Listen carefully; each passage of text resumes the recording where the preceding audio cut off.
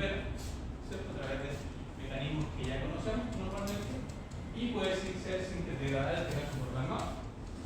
Existe un transportador específico de serotonina que se llama el CERT, transportador de serotonina, así como el de noradrenalina es el transportador de noradrenalina, y existe uno de dopamina que es el transportador de dopamina. ¿Ya? Son los tres importantes transportadores y fácil de aprender.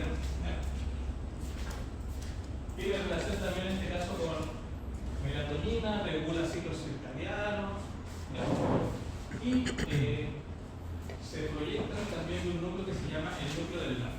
El núcleo del GRAF básicamente es el centro donde se encuentra la mayor parte del cuerpo de neuronas serotoninérgicas y proyectan hacia diferentes regiones del sistema nervioso central. ¿Se entiende? Entonces tenemos serotonina. Luego tenemos acetilcolina, ya la conocemos, ya la estudiamos. Aquí básicamente hay dos orígenes diferentes, que son básicamente el complejo fotomesencéfalo fundamental y los núcleos basales de Meiner. Ambos son básicamente los núcleos desde donde nacen las neuronas colinérgicas y proyectan a diferentes regiones del cerebro. Hacia donde proyectan, acá tenemos algunos puntos importantes como el hipotálamo. ¿Por qué? Porque el hipotálamo tiene que ver con la memoria. ¿Y en qué patología hay pérdida de memoria? ¿En qué patología tenemos pérdida de memoria? En Alzheimer. Y si tenemos pérdida de memoria, en este caso, esa pérdida de memoria también se relaciona con pérdida de acetilcolina. Entonces, se pierde parte de esas proyecciones o de esa cantidad de acetilcolina que se proyecta en el hipotálamo, y lo puede generar básicamente esta pérdida por déficit de memoria. Cuando veamos Alzheimer, lo vamos a ver en más detalle. ¿Ya? Y por último, tenemos el sistema dopaminérgico. Hay más sistemas que son como los más básicos. El sistema dopaminérgico, sus neuronas nacen de dos áreas principales que son la sustancia negra, que probablemente han escuchado, y el área central o beta. Y proyecta hacia diferentes regiones dentro de ella: el estriado, lóbulo frontal, proceso costal, etc. Tiene un montón también de proyección. ¿Se entiende todo este reto? Entonces, cuatro sistemas importantes: noradrenalina, serotonina, acetilcolina y dopamina. Cada uno tiene su núcleo de donde salen sus neuronas y proyectan hacia diferentes regiones. Algunas de esas regiones van a ser diferentes de nosotros y las vamos a ir viendo mientras veamos las diferentes patologías, y otras en realidad no tienen mayor relevancia para nosotros particularmente. Entonces acá hay una especie de resumen: neurotransmisor, origen, hacia dónde proyecta, es importante, receptor y rol. Bueno, quiero hacerles hincapié de que ese rol es ser muy, pero muy difícil. Normalmente la mayoría de las actividades de estos roles no solo están dominados por un neurotransmisor o una región, sino que participan montones de regiones, montones de neurotransmisores y incluso de información importante en el sistema, regiones, núcleos y neurotransmisores. Pero es lo que más se da, de alguna forma, en el consenso general, que es un rol importante en esa actividad, esa actividad que es el neurotransmisor. ¿Se entiende? Pero, como les digo, de una forma muy simplificada de ver, porque la mayoría de esas acciones tienen que ver con más de un neurotransmisor, con más de una región, con más de una región. Ya. Entonces, la adrenalina, como les mencioné, su origen es luego ya eso sigue el consenso que está superado. Proyecta principalmente al BTA y al núcleo de la que es el núcleo que libera serotonina. Ya se cruza la información. Si yo libero una adrenalina, pudiese estar activando el sistema que libera serotonina. Entonces se cruzan de alguna forma y se comunican los sistemas. Los receptores ya los conocemos, principalmente al cerebro, y el rol tiene que ver principalmente con alerta y vigilancia. Por eso, por ejemplo, las personas que tienen normalmente ansiedad, que lo vamos a ver en clase, tienen una mayor actividad en el sistema adrenérgico. Como tienen mayor actividad en el sistema adrenérgico, tienen un estado más alto de alerta. Y eso les puede muchas veces generar insomnio. También tiene que ver con actividad física, con emociones, estímulos, estresores y procesos de alimentación. Luego tenemos dopamina, origen principalmente de la área tegmental ventral, de la sustancia negra, y proyecta principalmente hacia el estriado, que son las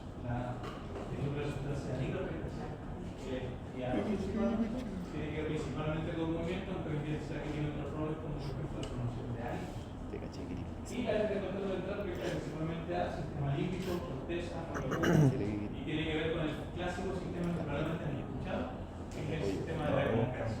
¿Lo han escuchado? ¿Sistema de recompensa? Bueno, está mal denominado sistema de recompensa. Porque más que sistema de recompensa se llama sistema de motivación.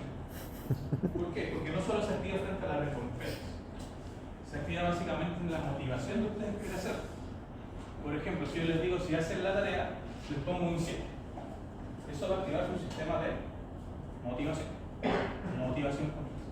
¿Cierto? Que es básicamente actividades de cuestión mental, hacer núcleo actividades. Entonces, motivamos por qué, porque les ponen un 7. O le reemplazan por motivación, sí. ¿Cierto? Pero si yo les digo, si no hacen la tarea, les pongo un 1, o les bajo su nota, su mejor nota a un 1. Eso también va a activar su sistema de recompensa. No porque hay una recompensa, sino porque hay un castigo. Y lo que está motivándolo básicamente en tercero, ¿cierto?, es evitar el castigo. ¿Qué es lo común? Motivación. Por eso debería llamarse sistema de motivación, más que sistema de recompensa. ¿Ya?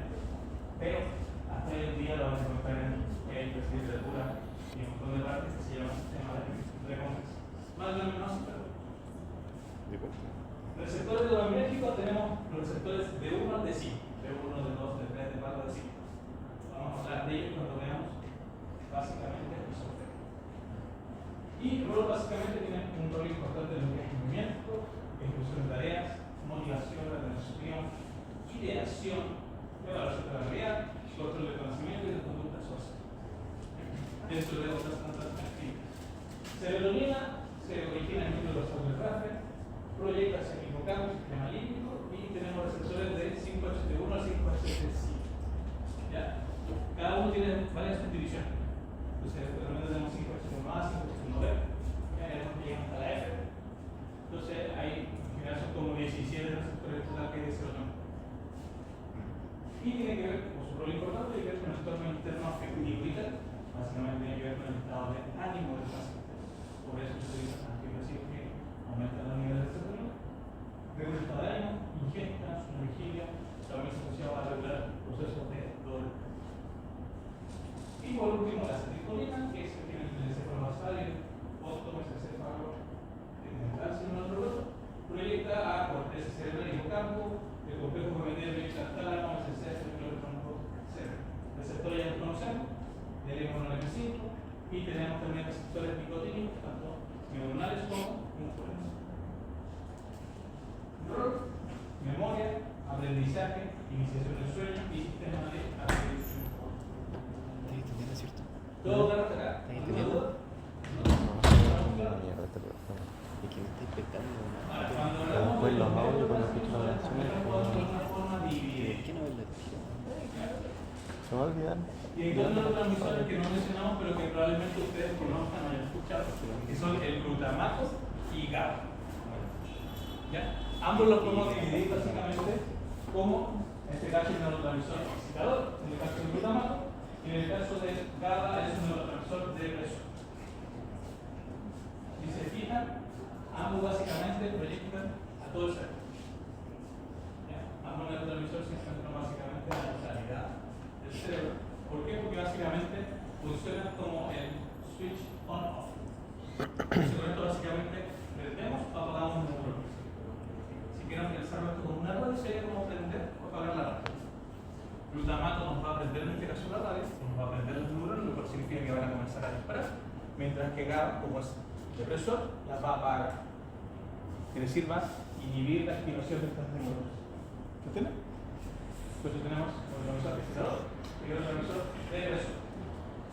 ¿Qué pasa en un exceso, por ejemplo, de glutamato? Vamos a tener una mayor actividad del cerebro, lo cual nos puede llevar, por ejemplo, a convulsiones y la sobreexcitación neuronal, o la sobreactividad neuronal normalmente también puede generar daño en las mismas neuronas, por lo cual puede generar degeneración neuronal, que es la pérdida. El déficit está asociado con esquizofrenia, con depresión, con alteraciones cognitivas. Ahora, para GABA, que es un neurotransmisor depresor, el exceso básicamente se asocia con depresiones central, depresión, efecto y sedación. Y la falta de neurotransmisor va a tener básicamente convulsiones y alteraciones de movimiento, porque si no podemos apagar la neurona, básicamente van a estar más activas. Pero si se fijan, debemos tener como un equilibrio entre la cantidad de glutamato y GABA, cosa que no tengamos neuronas superactivadas, porque eso también va a ser malo, y tampoco tengamos neuronas superapagadas, lo cual también va a ser malo. Por eso necesitamos ese equilibrio. ¿Se entiende? Hay una especie de homeostasis a nivel de estos neurotransmisores. Y el resto de los neurotransmisores se conoce como neuromodulares. ¿Por qué? Porque esto básicamente no es que prendan o apaguen de alguna forma el sistema, sino lo que hacen es modular. Si yo prendí la radio, por ejemplo, y hago que esté en cierta frecuencia, estos neurotransmisores me van a modular a qué radio estoy conectando. ¿Se entiende?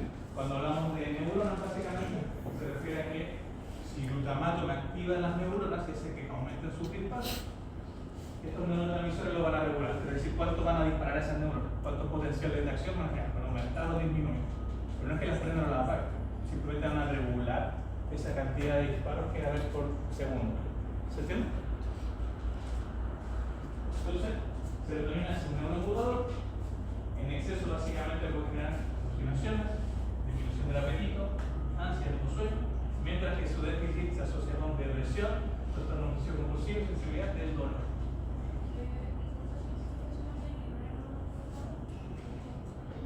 La que anteriormente, excitador o depresor. Y dopamina también es un neuromodulador. En este caso, su exceso se asocia a psicosis, a tic y adicción, mientras que el déficit a Parkinson, trastorno depresional y depresión. ¿Se entiende? Luego tenemos noradrenalina, también neuromodulador, su exceso se asocia a ansiedad, excitabilidad y insomnio, y el déficit a depresión, trastorno de déficit atencional. Y acetilcolina también es un neuromodulador, su exceso se asocia a delirio, confusión y psicosis, mientras que su déficit principalmente al Alzheimer. Entonces, ¿qué es lo que quiero que entiendan de esto? Principalmente que vamos a tener dos neurotransmisores como principales, glutamato y GABA, que son los que van a prender o apagar de alguna forma los sistemas de las neuronas. Y todos estos otros neurotransmisores de alguna forma son tanto o más relevantes, ya que nos ayudan a modular la frecuencia con la que esa neurona se prende. Es decir, cuántos potenciales de acción va a generar. Aumentamos la cantidad de potencial de acción, disminuimos la cantidad de potencial de acción, etc. Pero el grosso de alguna forma de aprender a apagar es el glutamato GABA. Y los demás neurotransmisores, dependiendo el tipo de receptor, en la región en la que estemos, vamos a aumentar o disminuir la frecuencia de esos potenciales de acción. ¿Se entiende? ¿Tú?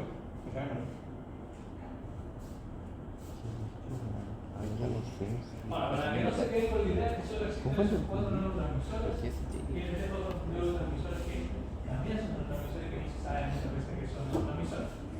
Histamina, melatonina, lisina, sartano, endorfinas, oxitocina, para que vamos a dar la oxitocina, sustancias pedinorfinas, conexivas, entre otros. Entonces, no es que solo existen estos cuatro neurotransmisores, existen un montón de neurotransmisores más. Pero esos cuadros son los principalmente estudiados, son los más básicamente estudiados, farmacológicamente son los que tienen mayor impacto. ¿Ya? Y tenemos que ver un poquito de serotonina, porque serotonina tiene un rol importante en lo que se hace el desarrollo del sistema nervioso central. Básicamente se ha visto, se ha observado, se ha estudiado que a veces dieta, infección, incluso fármacos, pueden generar disfunciones en las acciones de serotonina durante la postura de persona. ¿Qué quiere decir esto? Que estos factores, durante, por ejemplo, cuando la mujer está embarazada, en el desarrollo embrionario pueden afectar la formación del sistema serotoninérgico. ¿Sí?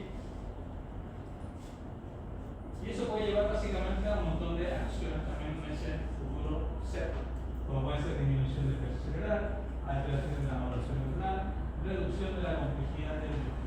Cuando hablamos de la complejidad dendrítica, dicen en una neurona que tiene dendritas, entre más dendritas tiene, significa que es más compleja. Entonces, básicamente tenemos neuronas con menos dendritas, lo cual significa menor conexión, menor conectividad. ¿Qué nos genera esto básicamente? Alteraciones de neurocircuitos del cerebro que finalmente generan una predisposición en etapas juvenil adulta de generar diversas neuropatologías como ansiedad, depresión, anorexia. Es decir, el deterioro o la interacción del sistema serotonérgico durante el embarazo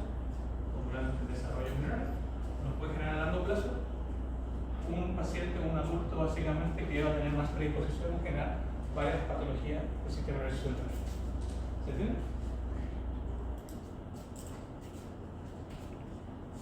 Ahora, cuando hablamos de intervenir farmacológicamente en el sistema nervioso central, en diferentes patologías, ¿cierto? Porque básicamente pasamos de una situación normal, ya mencioné que debía existirse inhibir los neurotransmisores, a una situación patológica. ¿A qué nos referimos a una situación patológica? Una situación donde se pierde ese equilibrio. Y ese equilibrio, obviamente depende del neurotransmisor, la región, etc., puede pasar por dos circunstancias. El incremento de funcionamiento, en este caso, por ejemplo, la ansiedad, el esquizofrenia, la psicosis, y el epilepsia, hay un aumento de la actividad cerebral, un aumento de la actividad de las regiones, o podemos tener disminución de funcionamiento. Por ejemplo, en la depresión hay pérdida de neurotransmisores, hay pérdida de actividad. En la enfermedad de Parkinson hay pérdida de actividad de neuronas dopaminérgicas. Y en la enfermedad de Alzheimer ya les mencioné que hay pérdida de actividad de neuronas colinérgicas. Entonces, toda esa pérdida de función también nos genera una desregulación. Ahora, a nivel farmacológico, lo que nosotros buscamos hacer con los diferentes fármacos que vamos a ir es tratar de pasar de esta situación patológica de vuelta a una situación normal, donde haya nuevamente un equilibrio. Entonces, la idea de los fármacos es distribuir de alguna forma este equilibrio. ¿Se entiende? ¿Sí? Entonces, porque ¿qué pasa? Si nosotros damos a un paciente sano algún fármaco que actúa a nivel sistema central, probablemente lo vamos a generar algún tipo de patología o situación como anormal. Les doy un caso súper específico. No sé si alguien tiene aquí o conoce a alguien que tenga déficit atencional como tratado. Un tratamiento, sí. El tratamiento para el déficit atencional, usualmente el Sanexidio, los fármacos son en base a fármacos que son derivados de anfetamina. ¿Ya? Y las anfetaminas, si ustedes recuerdan de esa clase y la tarea que les dimos, básicamente lo que hacen es aumentar los niveles tanto de noradrenalina, pero también de dopamina. Lo cual muchas veces, si le dan una anfetamina a una persona normal, ¿qué es lo que va a pasar? Van a hiperactivar, ¿cierto? Va a aumentar su actividad. ¿Por qué? Porque aumenta la dopamina, aumenta la noradrenalina, aumenta el sistema de alerta, aumenta la actividad también que quiere moverse, porque la dopamina tiene que ver con el movimiento, entonces genera gente hiperactiva. Yo lo que sería, o si le doy una anfetamina, entonces una persona que tiene déficit atencional que per se muchas veces se asocia a hiperactividad, debiese pasar que esa persona se vuelva loca, ¿cierto? Eso es lo que dice la lógica. O sea, si una anfetamina normalmente genera hiperactividad, ¿por qué le daría un fármaco que genera hiperactividad a una persona que tiene déficit atencional y hiperactividad? ¿Cierto? Tiene todo el sentido del mundo preguntarse. Y lo que ocurre es que, claro, normalmente esa persona con déficit atencional se asocia a hipodopaminérgica. Y pasa algo particular con los niveles de dopamina. Si hay muy pocos niveles de dopamina o un exceso de dopamina, se genera en el mismo sitio. Tiene un efecto como de U invertido. Entonces, a muy pocas dosis o cantidad de concentración de dopamina, podemos tener o ver un paciente, por ejemplo, con hiperactividad, con impulsividad de otros dos sitios. Si nosotros tenemos exceso de dopamina, vamos a ver exactamente lo mismo. Entonces, una persona que está en un estado normal, si le damos una anfetamina, ¿qué es lo que va a pasar? Vamos a generar exceso de dopamina. Vamos a generar hiperactividad, impulsividad, etc. Pero si tenemos una persona que tiene déficit atencional, bien diagnosticada, y le damos una anfetamina, pasamos de poca dopamina a un estado normal. Entonces, básicamente de esa forma, estamos regulando su hiperactividad y su impulsividad. Entonces, muchos de estos fármacos que vamos a ver a nivel nervioso central funcionan básicamente porque asumimos que hay una desregulación. ¿Ya? Pasa, por ejemplo, en casos como la depresión, donde no sabemos cuál es el origen de esa bipolaridad, que hay que probar diferentes fármacos. Probablemente conocen a alguien que le ha dado un fármaco no funciona, que le ha dado otro fármaco no funciona, y que tal vez al tercer fármaco recién aceptaron que este funciona. Y eso es porque básicamente, de alguna forma, nos basamos en suposiciones de qué es lo que es el sistema que está alterado. Y hay que ir probando hasta básicamente aceptar cuál es el fármaco que funciona. ¿Todo para hasta acá? Opinión de la clase. Entonces vamos a tratar de comprender los mecanismos de acción de fármacos, conocer fármacos utilizados para la patología y central y conocer los principales efectos adversos de los fármacos. Lo que nos toca ver el día de hoy básicamente es ansiedad y vamos a ver también al final de la clase un poco de insomnio. ¿Ya? Así que no se queden dormidos. Entonces, cuando hablamos de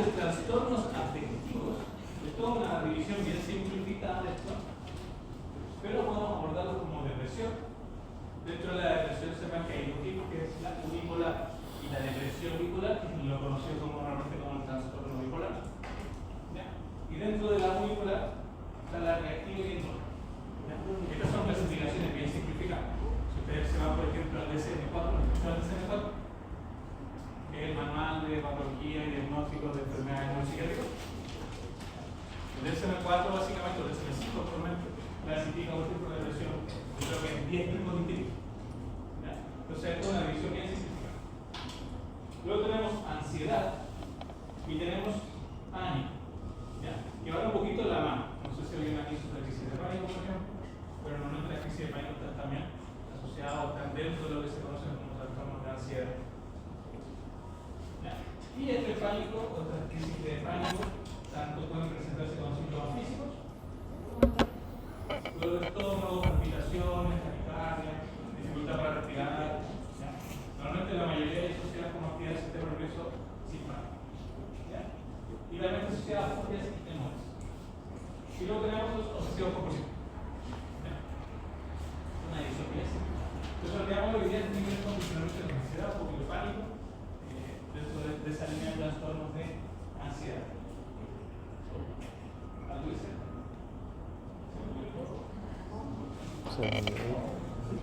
Se bugueó todo. Escucha ese público. Ah, Es que no sé. Solo me dice. ya, estoy un culo enorme, seguro que me tengo que Ayer, por eso. culo de esto. Entonces no es cosa de la cara, porque es muy Ah, que grande. no se lo Ah, tú. Dilo, dilo. ¿Qué entienden por ansiedad? Ah, ya sé lo que dice la. ¿Qué entienden por ansiedad? Estado de alerta constante. ¿Ya qué más? Ah,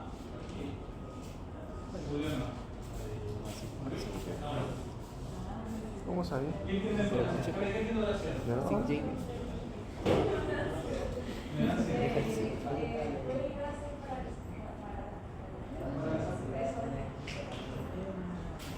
Ya, me más 50 o no. Entonces, ¿qué es la ansiedad? La ansiedad básicamente se define como una respuesta fisiológica frente al miedo.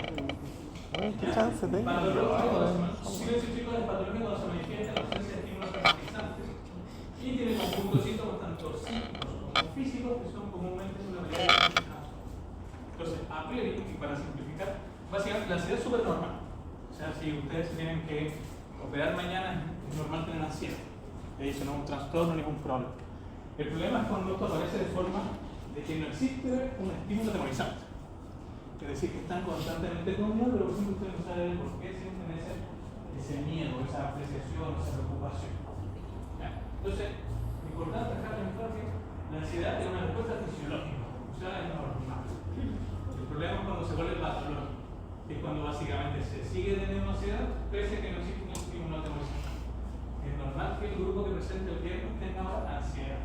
Porque tiene que presentar el viernes. Eso obviamente le va a generar ansiedad, estrés, preocupación, ¿qué me van a preguntar? ¿Cierto? Es un estado de ansiedad. Ahora, si pasa el viernes, estamos en la semana de consolidación y ellos sigan sintiéndose ansiosos, ya hay un problema. Es patológico porque básicamente ya no hay un estímulo de ansiedad. ¿Se entiende? ¿Se entiende? Sí. Entonces, y lo importante acá es que los síntomas van a haber tanto síntomas psicológicos como síntomas físicos. Normalmente cuando hay síntomas físicos, eso se llama la crisis de pánico. Ya, pero puede presentarse igualmente los síntomas tanto psicológicos como físicos.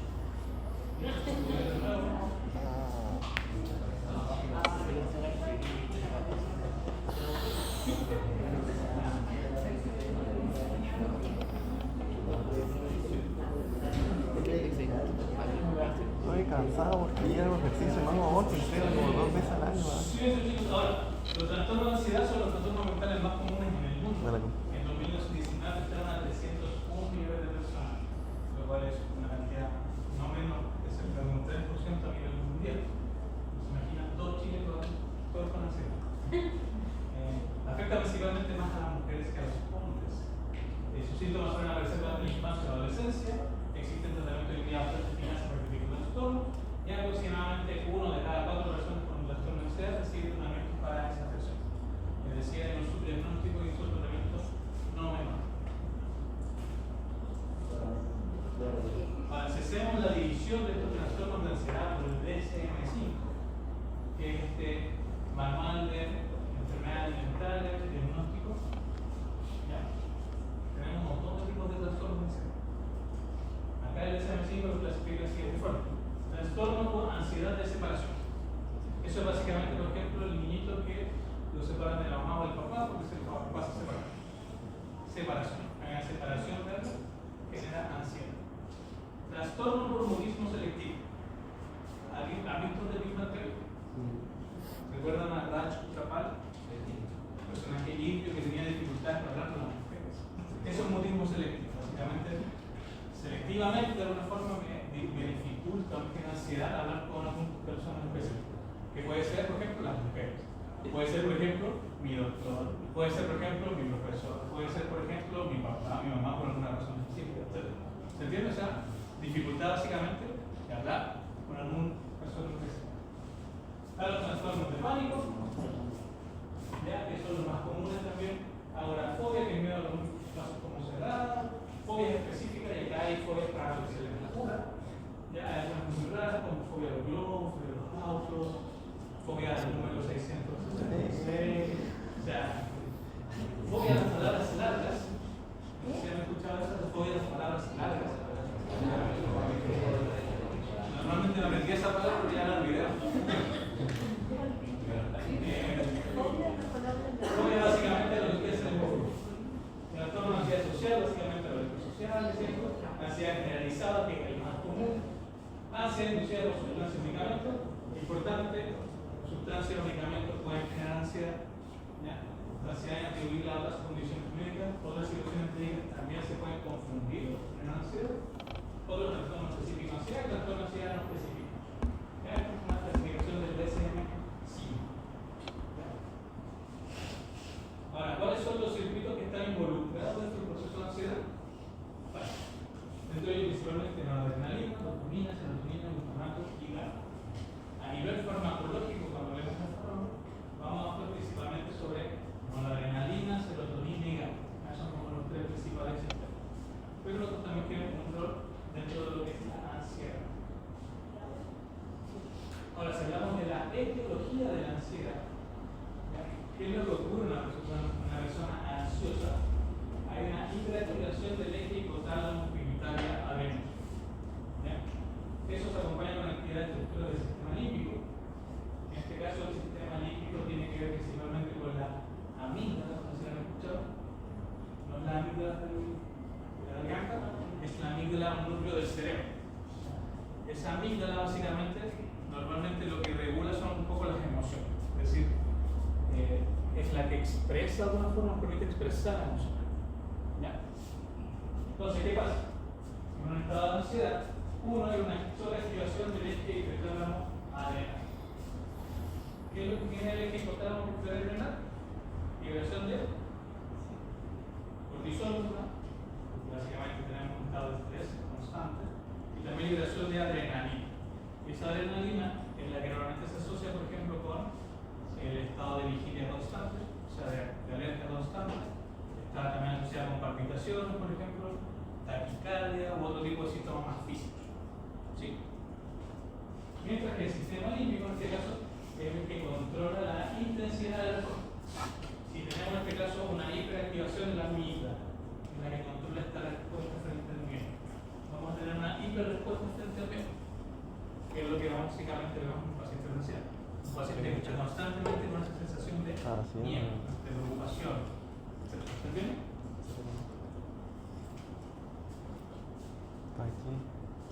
Adicional a esto, la activación de la neurona GABAérgica disminuye. Y disminuye particularmente también en estas áreas del sistema límbico, como la amígdala. Entonces, si tenemos menos neuronas GABAérgicas, ¿qué va a pasar con el sistema límbico? Va a haber un aumento. Entonces, nuevamente, en pro de ese aumento de la actividad, lo que nos genera esta ansiedad. ¿Qué hacen los fármacos o dónde ustedes podrían usar un fármaco entonces para tratar la ansiedad? En GABA, aumentando o disminuyendo la actividad de GABA. Aumentando. Entonces, si aumentamos la actividad de GABA, vamos a disminuir la actividad del sistema límbico, con ello vamos a disminuir esta hiperrespuesta, esta sobreactivación del sistema. La ansiedad a veces se trata con inflación, por ejemplo, la flores de mar.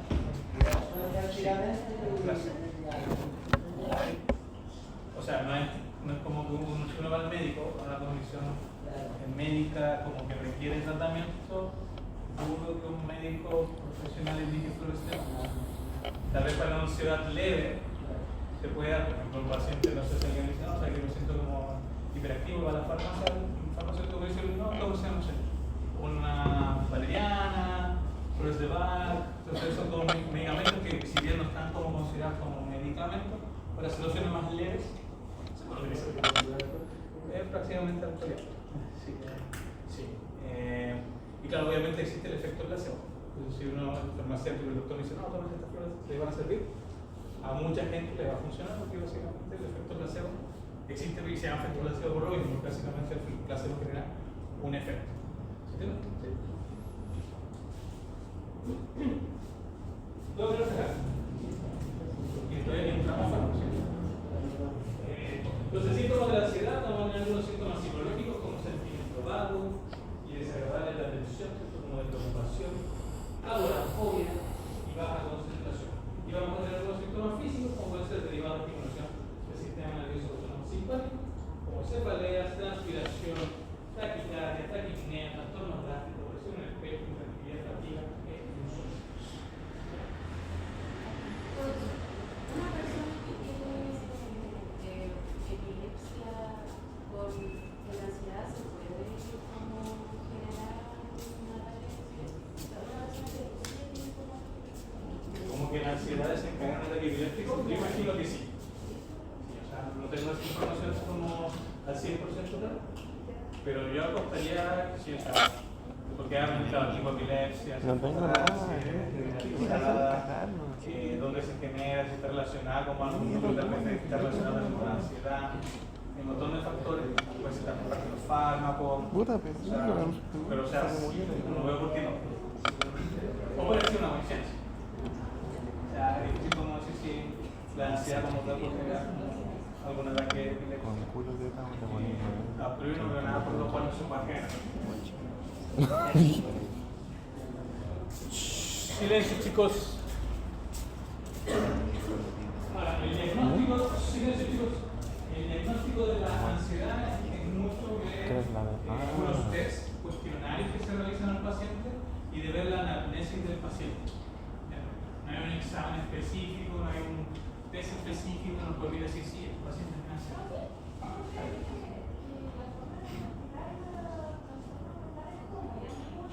La forma de investigar trastornos mentales muy activos, sí, completamente de acuerdo. O sea, por lo mismo existen muchas enfermedades que están sobrediagnosticadas y otras que están subdiagnosticadas. ¿Ya? ¿Por qué? Porque básicamente, a diferencia, por ejemplo, de una persona que tiene hipertensión y que podemos medirle directamente la presión arterial, ese sí tiene la presión arterial. La tratamos. En los trastornos mentales o enfermedades neuropsiquiátricas en general, no existe un test específico para evaluar ni la razón ni la causa, ni realmente decir si tiene tal condición. ¿Ya? Salvo situaciones súper específicas y que incluso en esas situaciones normalmente se hace por descarte. Uno podría pensar, ok, en Parkinson podríamos evaluar los niveles de dopamina. Ahora, evaluar los niveles de dopamina es algo súper costoso hoy en día, que no se hace en todas partes y que es súper difícil utilizar como método de diagnóstico. Entonces, normalmente, por ejemplo, se hace también como por descarte. Entonces, no existe en realidad, casi para ninguna condición patológica o neuropsiquiátrica, un método como específico que diga 100% de las personas tienen ansiedad, tienen depresión. ¿Ya? Además que las causas muchas veces son de diversas fuentes, no es una única causa ni una única razón. ¿Se entiende? Entonces, sí, hay completamente un solo diagnóstico, subdiagnóstico, pero no cada situación. Entonces, como les digo, para la ansiedad particularmente, se utiliza mucho el cuestionario que mide los niveles de ansiedad, como lo que hemos visto en los cuestionarios, y también se utiliza la anamnesis simple, o sea, evaluar básicamente e entrevistar al paciente. Pero existe que hay que evaluar el diagnóstico diferencial. ¿A qué se refiere con esto del diagnóstico diferencial? Es evaluar si existen otras causas que pudiesen estar causando los síntomas que podemos atribuirlo a ansiedad. ¿Cuáles son estas? Hay unas situaciones clínicas a considerar, que pueden ser, por ejemplo, hipotiroidismo. El hipotiroidismo puede generar fatiga, aumento de peso y irritabilidad que pudiese asociarse o confundirse con un estado de ansiedad. Cuadros orgánicos de inicio de demencias. Algunas demencias también tienen deterioro cognitivo, confusión y cambios de conducta, que también pudiesen confundirse algunos síntomas con periodos con trastornos de ansiedad. Síndrome vertiginoso, inestabilidad, mareo, desequilibrio interno, que también se pueden confundir con algunos síntomas de ansiedad. Infarto, albor miocárdico, que síndromes anginosos, febrocelocitoma, síndromes depresivos, esquizofrenia, entre varias patologías que hay que descartar de alguna forma para decir, ok, si nada de esto le responde o es la que está generando los síntomas que presenta el paciente, entonces el paciente tiene ansiedad. ¿Ya? Y incluso existen fármacos inductores de ansiedad, como pueden ser algunos corticoides, beta-agonistas, estimulantes como la metilfenidato de la cafeína y la pseudoefedrina. Entonces, básicamente hay que descartar la presencia de todo esto, de alguna forma, para decir que el paciente tiene ansiedad. ¿Sí? ¿Se entiende? Ahora, a nivel de prevalencia de la patología, en Chile la prevalencia de trastornos de ansiedad de cualquier tipo es cerca de un 16%. ¿Ya? Y cuando hacemos la diferencia por género, se ve que en hombres es cerca de un 8,7%, mientras que en mujeres alcanza casi el 23,1%. O sea, las mujeres presentan casi 4 veces, 3 veces más ansiedad en comparación que los hombres. ¿Ya? Y en general, varias de las enfermedades neuropsiquiátricas se presentan más en mujeres que en hombres. Ojo con eso, que esos datos pueden ser de alguna forma también un poco sesgados, en el sentido de que la mayoría o muchos de los hombres, tanto por descuido, responsabilidad, etc., suelen no acudir mucho al médico. Entonces puede que haya muchos más hombres que presenten, en este caso, por ejemplo, ansiedad, pero que simplemente porque consideran que pues, me da lo mismo el médico, o no lo siento bloqueado, o no creo que me diagnostiquen estar loco, porque al menos entiendo que hoy en día es mucho mejor visto, no es un tema tabú el hablar de que voy al psicólogo o al psiquiatra.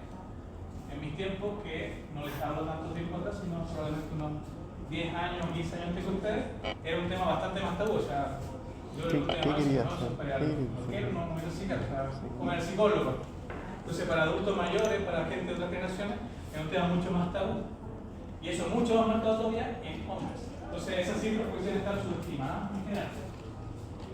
¿Ya?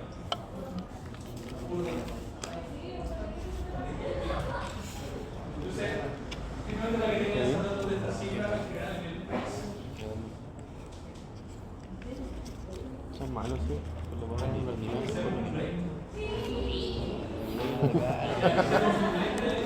Ya.